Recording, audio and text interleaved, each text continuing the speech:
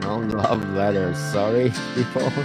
And welcome to Love Letters. Love Letters are a collection of love stories of people get lost, get crazy, and disoriented in the name of love. Another week, another great episode. The lost art of seduction, why masculine presence still captivates. The lost art of seduction while masculine presence still captivates. It's background for our program because men have lost the slow art of subtle seduction. Most men never learn this because porn has trained them to skip this part. Yes, definitely. So, how can we open this conversation so truly reach people heart to heart, Mr. Meg? We ask, why do modern men seem so lost? Why have so many lost the slow art of subtle seduction? And more importantly, what can we do about it? Gotta be honest with you, this isn't just another dating advice episode. This is about something much deeper. It's about the erosion of fundamental human skill that once connected us at the soul level.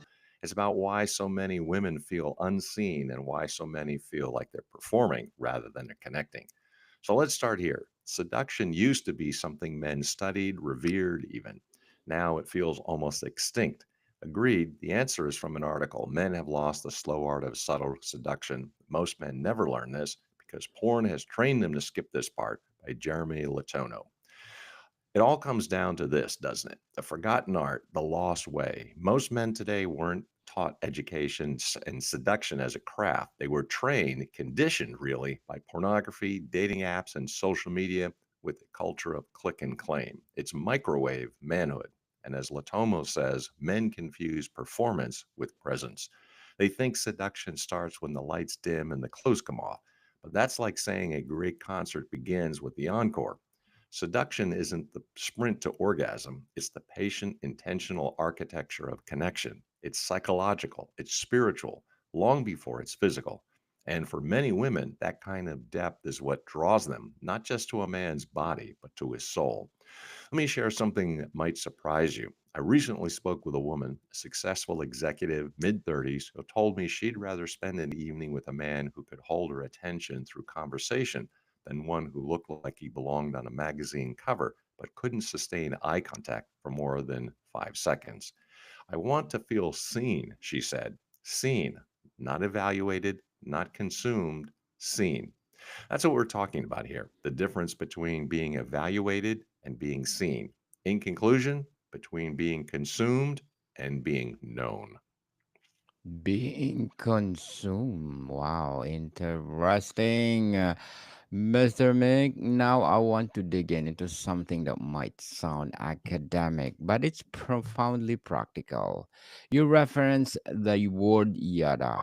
Oh, yes, as an ancient idea of knowing. What's the deeper meaning there, and why does it matter for modern relationships? In ancient Hebrew, the word for know, as in Adam knew Eve, isn't sterile, it's soul deep. It's not porn's friction, it's the soul's permission.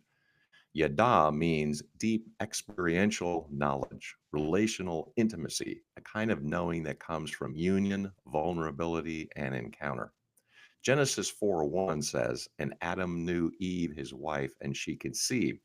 This isn't just a euphemism. In Hebrew thought, to yada someone means to encounter them with their whole being, mind, body, and soul. The prophets even used yada to describe knowing God. Be still and know, yada, that I am God. Psalm 46:10. This tells us something profound. True knowing involves presence, trust, and surrender. It's about being unveiled and still chosen. Today, we've traded sacred knowing for friction and filters, dopamine hits and hollow swipes. We know facts about each other, but not each other. We scroll endlessly, grazing the surface of connection while starving for intimacy. But here's what's fascinating, and this is where modern neuroscience catches up with ancient wisdom. When we truly know someone in this yada sense, our brains release oxytocin, dopamine, and serotonin in ways that create lasting bonds. We're chemically rewarded for depth. The consequences of losing this disconnection disguised as convenience, We've normalized surface level interactions while shaming emotional depth. We've made irony trendier than sincerity. But without depth, intimacy becomes mechanical. In conclusion, and without intimacy, seduction loses its soul. Definitely. That's striking, Mr. Mix. So we're talking about biological imperative that's been hijacked by modern culture. But let's get practical here. What does this book look like in everyday interaction, and how does a man shift from a surface level connection to this deeper yada? It starts with curiosity that goes beyond the resume. Most men ask questions like they're conducting an interview. What do you do? Where are you from? What's your favorite movie? These are surface level data points. A man operating from yada asks different questions. What's the most beautiful thing you've encountered this week? What's something you believe that you didn't believe 5 years ago? What kind of silence do you prefer? The silence of nature or the silence of cities? I remember watching a friend of mine, a man who truly understood this, in conversation with a woman at a dinner party. While other men were talking about their jobs, their cars, and their achievements, he asked her, "What's something you've never told anyone about yourself?" Not in a creepy way, in a way that conveyed genuine curiosity about her inner world. The entire energy of the room shifted towards their conversation because he wasn't trying to impress her, he was trying to discover her. In conclusion, and that's seduction in the truest sense. Seduction, seduction indeed. This brings us to the masculine role in all of this. What is a masculine presence and how is it different from the performance we see often today? Porn teaches friction, it doesn't teach rhythm, it doesn't teach restraint or reverence or tension. Real seduction is music, not a Spotify hit looped on shuffle, but Miles Davis between the notes, Tom Waits's gravel laced ache, Ian Hunter standing still on stage, one hand in his pocket, holding a crowd with just a glare. Modern men mistake speed for power, but real seduction lives in slowness. It begins when you slow your words, lower your tone, pause, and let silence stretch like velvet. That's presence, that's depth, that's gravity. Presence is the capacity to stay rooted while creating emotional space for another. It's not about dominating or posturing, it's about creating a sacred container, a kind of silent leadership that invites openness. And it can't be faked. Presence is self possession, it's a calm in the storm. It's the man whose energy says, I am here and you are safe. This type of man doesn't need to announce his masculinity. It radiates in his steadiness. He listens with his whole body. He speaks with care, never rushing to fill silence. In conclusion, he understands that tension is not something to escape, but to master. To be the master of the universe. Mr. Meg, let me push back on this a bit. Is there a risk here for failing into outdated gender roles? What about women who want to lead, who don't want to be held or contained? That's a crucial distinction. I'm glad you brought it up. When I talk about holding or containing, I'm not talking about restricting or controlling. I'm talking about creating spaciousness, emotional and psychological space where another person can be fully themselves. Think of it like this: a great jazz bassist doesn't dominate the music, but they create the foundation that allows the saxophone to soar. They're holding down the rhythm, the harmonic structure, but they're not limiting what can happen on top of it. A woman who wants to lead in her career, in her community, her creative expression still craves a partner who can build space for all of that. Who doesn't shrink in the face of her power? Who doesn't need to compete with her accomplishments? I know women who run companies, who give TED Talks, who lead movements, and they still want to come home to a man who can slow down time, who can create intimacy through presence rather than performance. In conclusion, because leadership in the bedroom and surrender in the bedroom aren't contradictory, they're complementary. That's a nuanced take, Mr. Mick. So, how or now let's dive into a science behind this. How does revolutionary psychology help explain this desire for masculine presence? Great question. Evolutionary psychology teaches us that human mating strategies evolved over hundreds of thousands of years. For women, the presence of a man wasn't just about desire, it was about survival. Women needed to select partners who could protect, provide, and remain stable under pressure. Men who were too impulsive, erratic, or inattentive weren't reliable mates or fathers. That's why things like tone of voice, posture, stillness, and depth of gaze still matter. They are nonverbal cues that signal self regulation and emotional mastery. A man who's grounded himself activates primal safety. His presence calms the nervous system, and a calm nervous system is a prerequisite for arousal and connection. But here's what's fascinating. Recent research in attachment theory shows that this just isn't about mate selection, it's about co regulation. When one person in a relationship is dysregulated, anxious, scattered, reactive, the other person's nervous system picks up on that and mirrors it. But when someone is truly present, truly grounded, it helps regulate the other person's nervous system. Dr. Dan Siegel calls this feeling felt. It's the experience of being in the presence of someone who is so centered in themselves that you automatically feel more centered too.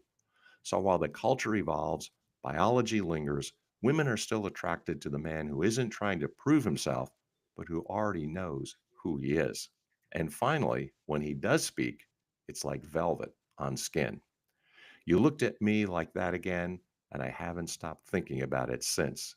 It's like Ian Hunter singing No One. In conclusion, men are still wired to find deep satisfaction in being that kind of grounding presence. Grounding presence, indeed. This is make me think about my relationships. But I have to ask, so what happened? Why is this kind of courtship and presence so rare today?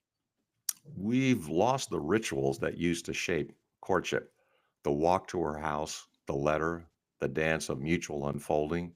Today, most men are navigating relationships through apps, emojis, and casual hookup culture.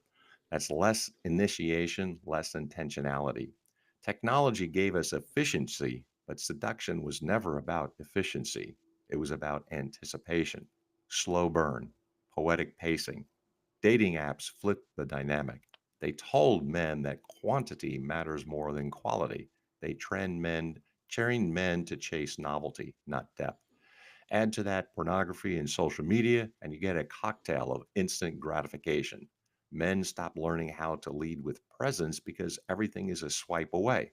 Seduction becomes performance, desire becomes consumption. We lost the music, we lost the rhythm. But here's the thing, and this might be controversial. I don't think we can go back the old ways entirely, nor should we. Some of those traditional courtship rituals are built on inequality, on women having fewer choices, fewer opportunities. In conclusion, what we need is to take the best of what worked, the intentionality, the patience, the reverence for the process, and integrate it with the equality and authentic choices that we have today. The best of the best, indeed. That's a compelling framework, Mr. Mick. Now, you have mentioned how presence shows up across cultures. Can you expand on that? Because I'm wondering if this is just a Western concept or something more universal. Absolutely. While masculine presence may look different depending on cultural context, the essence is the same: grounded leadership. In Mediterranean cultures, it shows up in poetic verbal seduction. Think of Italian or Spanish men using language as music. In Nordic cultures, it's subtle and stoic, deep listening, protective quietude. In Latin American culture, there's an embodied charisma, dance, eye contact, reverence. The European model is interesting, and I'm struck by how men there would engage in conversation. There's a quality of unhurried attention. They can sit, drink tea, talk for hours, not performing, not trying to impress, just being present with the conversation with the person across from them. In Japan, there's a concept called the pregnant pause, the meaningful silence. Japanese men who understand this don't feel the need to fill every moment with words. They're comfortable with silence, and that comfort creates a kind of magnetic presence. But the thread running through all of this is intention. In every culture, a man who moves slowly, listens deeply, and speaks with purpose becomes magnetic because presence speaks louder than style. It transcends trends, fashion, and generational slang. The truth is, women everywhere crave the same thing: a man who doesn't disappear under pressure. In conclusion, a man who remains fully himself in a world begging him to perform. This is reminding me of conversation I've had with women friends who've traveled extensively. They often talk about feeling differently around men in different culture. Now I'm starting to understand why, but let's talk about something that feels particularly relevant today.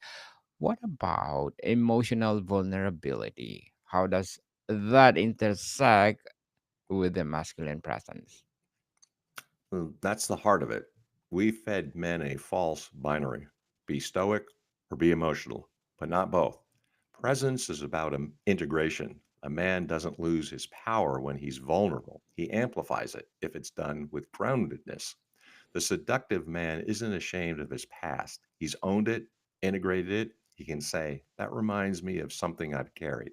He can cry without crumbling. He can listen without fixing. That's strength, that's security, that's seduction.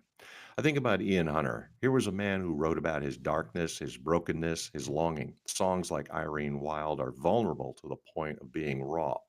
But when he performs, when he speaks, there is this quality of having been through the fire and come out the other side.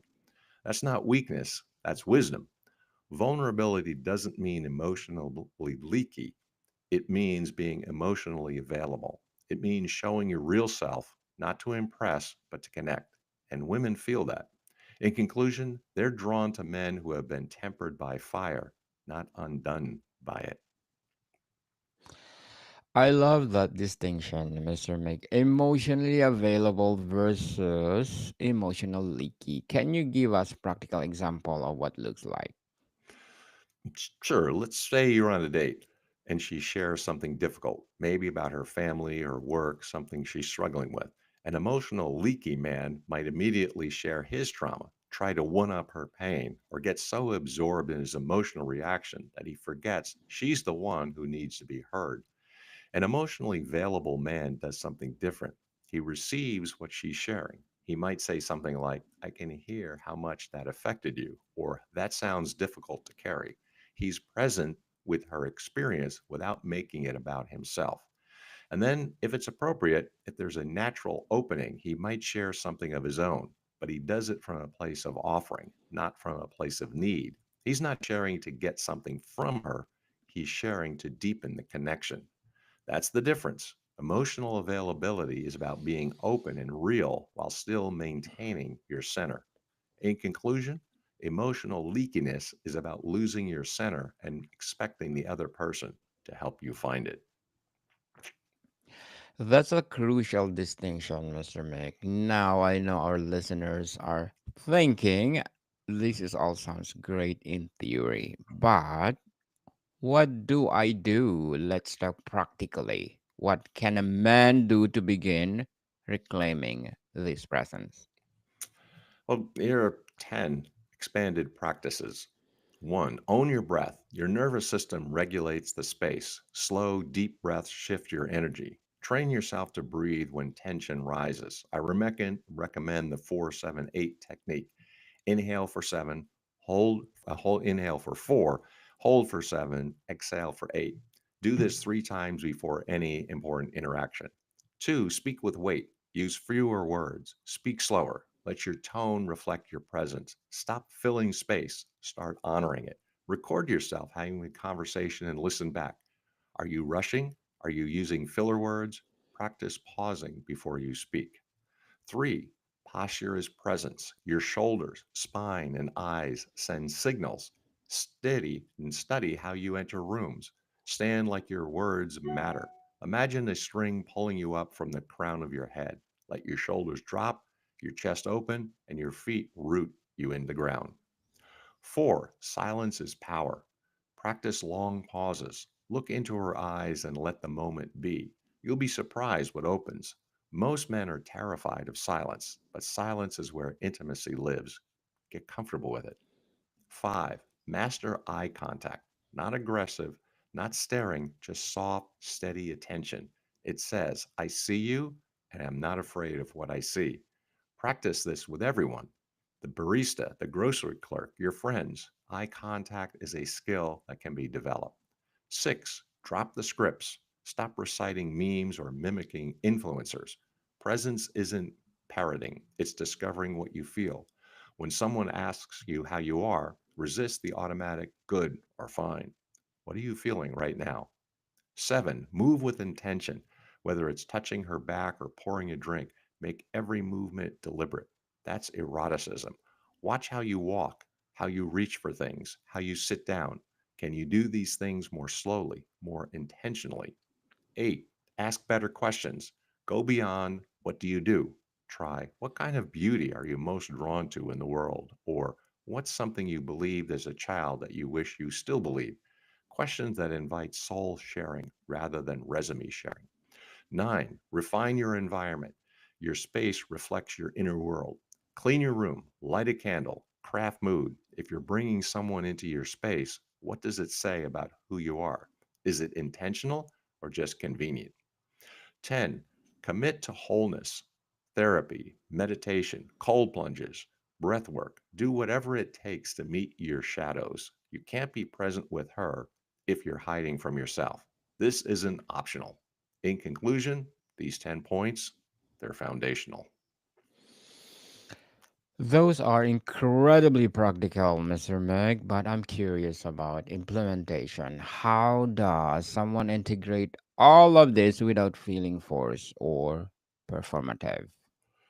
That's the $1 million question, isn't it? The key is to start with one thing. Don't try to transform your entire way of being overnight. Pick one practice. Maybe it's the breathing, maybe it's the eye contact, and commit to it for a week. But here's the deeper truth. If it feels performative, you're probably not doing it from the right place. These practices aren't about manipulating outcomes, they're about becoming more yourself, more present, more integrated. When you're breathing deeply, you're not doing it to impress anyone. You're doing it because it centers you. When you're making eye contact, you're not doing it as a technique. You're doing it because you're genuinely interested in seeing and being seen. The paradox is this: the more you try to be seductive, the less seductive you become. In conclusion, but the more you try to be present, the more naturally seductive you become. Naturally seductive indeed. I love that paradox, Mr. Mick. Now let's paint the picture here. What does this look like in a real time? Can you paint the portrait of a man who has mastered this? He looks like a man who knows who he is and no longer chases what won't answer him. He doesn't seek applause. He doesn't need to perform. His confidence is quiet.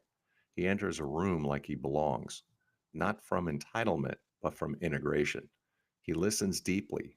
When he speaks, people lean in. He isn't afraid of desire. He honors it. He builds a world, then invites her in. Picture this: he's at a dinner party. While other men are competing for attention, telling stories to impress, he's genuinely engaged with whomever is in front of him. He asks questions that matter. He remembers details from conversations weeks ago. When someone is speaking, he's not thinking about what he'll say next, he's listening. He doesn't try to fix her emotions, he holds them. He doesn't rush the kiss, he lingers. He doesn't ask, do you like this? He whispers, tell me if this is too much. He leads, but never forces. He burns, but never scorches. He invites, but never demands. I think about a friend of mine who embodies this. He's not the loudest person in the room, not the most conventionally attractive, and doesn't drive the fanciest car. But when he's in conversation with a woman, the rest of the room seems to fade away. Not because he's performing some elaborate seduction routine, but because he's genuinely interested and present. He's curious about her thoughts, her dreams, her fears. He asks follow up questions. He remembers what she said last time they talked. And women notice this. They feel seen by him in a way that's rare in their experience. That's the masculine dance. That's erotic imagery. In conclusion, in a world full of performers, he becomes unforgettable. That's a profound way to think about it, Mr. Mick. As we start to wrap up, what would you say to man who's listening to this and thinking, this sounds great, but I'm not sure where to start?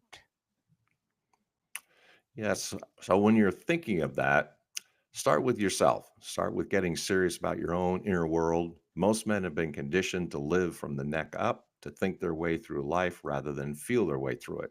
Begin by asking yourself, what am I feeling right now? Now, what you think you should feel, not what's convenient to feel, but what's present in your body, in your heart, in your soul. And be patient with yourself. This isn't about becoming someone else. It's about becoming more of who you already are underneath all the conditioning, all the performances, all the trying.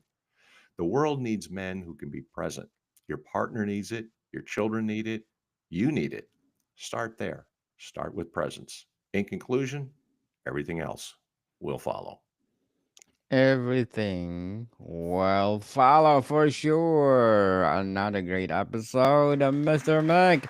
Thank you so much for being a masculine presence in uh, being seductive. And the lost art of seductions explore the timeless allure of confidence, charisma, and authenticity in the age of fleeting digital connections. Mr. Mike, would you like to plug in something? Sure, if you wouldn't mind, the Doctor of Digital podcast, the idea to author coach on School, SKOOL, and on Facebook. And of course, a couple of books out on Amazon. You can pick those up Burning America and On Track Ian Hunter. Yes, people, let's support Mr. Meg, the Doctor Digital, the podcast itself, and for sure the book itself too, and authors who want to be authors. And we are inviting you people to please do listen to our baby podcast, Mental Health 101, because Mental Health 101 is created to empower mental health awareness. Mr. Mick, thank you so much for your time. Thank you, Mr. Daniel. Till next time, Deus Volt. More to come, people. See you soon.